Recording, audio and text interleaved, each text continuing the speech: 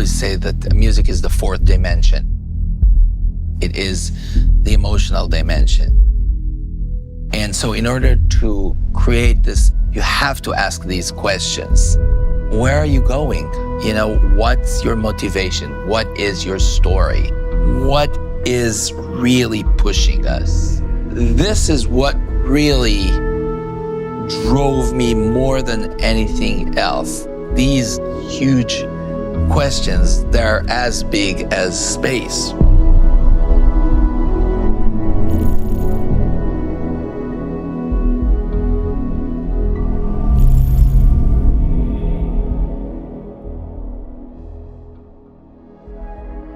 Everything I've worked on at this studio, the music started very early on, as early as the concept art for the game from when I began here in 2005. At that time, Oblivion was already well underway, but as we went on to Fallout 3 after that, that was one of the first things I worked on music-wise was the main theme, and that's always been the case, where the main theme sets the tone for everything else we do in the game.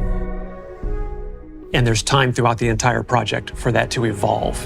That's true, and I remember like during the Fallout 4 visit, which was actually in 2012, I was wandering through the corridors and I basically stumbled into the artist's room. And it was the first time I actually saw them do what they're doing. I was captivated. I was like, wow, I mean, this is really what it is all about. And I felt so inspired and motivated basically to go back and, you know, to do the same thing with the palette of music. The biggest challenge is actually creating the signature. I relax a lot once Exactly. we feel good about the main theme, because the rest is going to, it'll be work and iteration, but it's going to write itself. The way I looked at Starfield always is what I called the sanctified triplet, which is everything is streaming, right? Everything is changing and everything is returning back. Ta-da, ta-da, here's your development, and then ta-da, and back. So basically it presents itself, it develops, it goes back. The circular. Is exactly, some sort of like a circular journey. You go out, you adventure, discover, return. Yes, there's always the strive to go back home.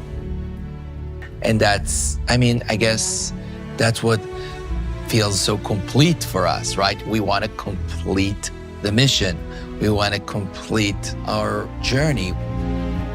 We will find something, we will discover something, we'll take it with us, and we will go back home with it. When we built the traditional orchestral sound palette, we actually really divided the orchestral group. For example, took the woodwinds, okay? And we created like a whole woodwind layer that almost represents particle in space, because they don't play melodies at all. They play sort of like a high frequency sequence, you know, like together. So they almost don't sound like woodwind. They sound something between organic to synthetic. Then the strings, they will play this long chords or long melodies and long crescendos and diminuendos.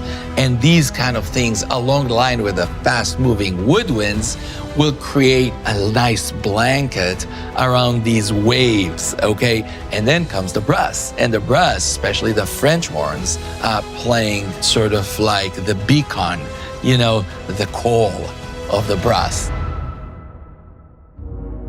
Those instrument groups as well. A lot of times when you are looking at that whole main theme, I'm kind of salivating thinking about what can I do with that on the sound design side, you know, not just to weave the main theme into different key points in the game, leveling up, discovering new places.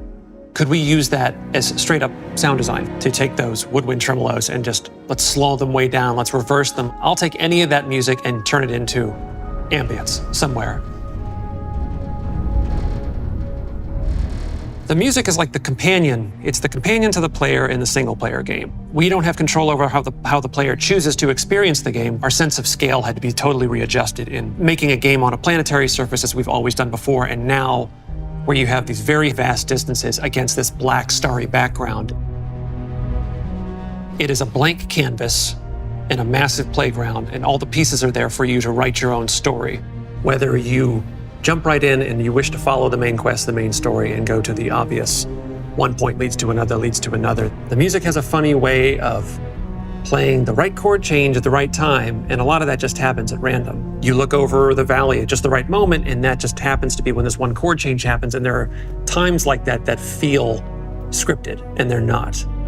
And I like that each player has that experience for themselves personally. I believe that the game is a whole experience, and music is part of the whole experience. I believe that the best music in a game is a music that you don't hear, music that you feel. This is something that is bigger than us. I mean, so many people worked on this game. And so my wish is that specifically the music will be present in a way that is going to magnify the entire experience.